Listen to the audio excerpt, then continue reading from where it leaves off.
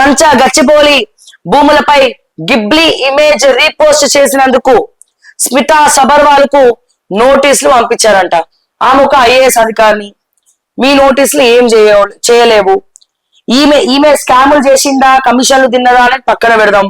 So ఈమె కంటే ఎక్కువ తిన్నోళ్ళు కూడా ఉన్నారు ప్రపంచంలో.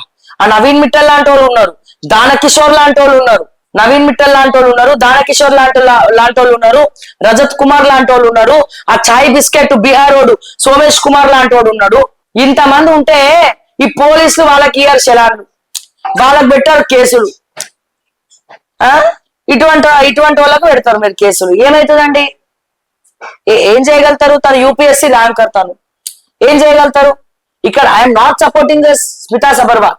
నేను స్మితా సబర్వాల్ గారిని సపోర్ట్ చేయట్లేదు, నేను చాలా న్యూట్రల్ గా మాట్లాడుతున్నా. ఈ 15 లక్షల గురించి మీరు మాట్లాడుతా ఉన్నారు, 15 లక్షల గురించి మీరు మాట్లాడుతా ఉన్నారు.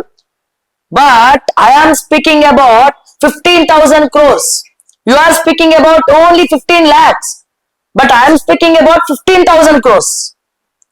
ఎవరైతే 15,000 కోట్లకు పైగా స్కాములు చేసినారో వాళ్ళని వదిలేసినారు కదా దూరా. సో దాని గురించి నేను మాట్లాడుతా ఉన్నాను. మరి బ్యూరోక్రాట్స్ కి మరి ప్రభుత్వ తీరు నచ్చట్లేదు అనుకుంటా. చాలా మంది ఐఏఎస్ అధికారులు కూడా అసంతృప్తిగా ఉన్నారు.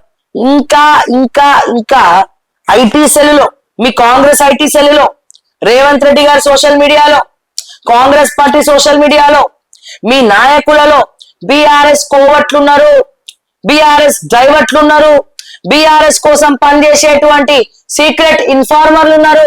ముందు వాళ్ళని ఎరేసి పట్టండి సార్, తర్వాత ఇక మిగతా ముచ్చట్లు మాట్లాడుకుందాం.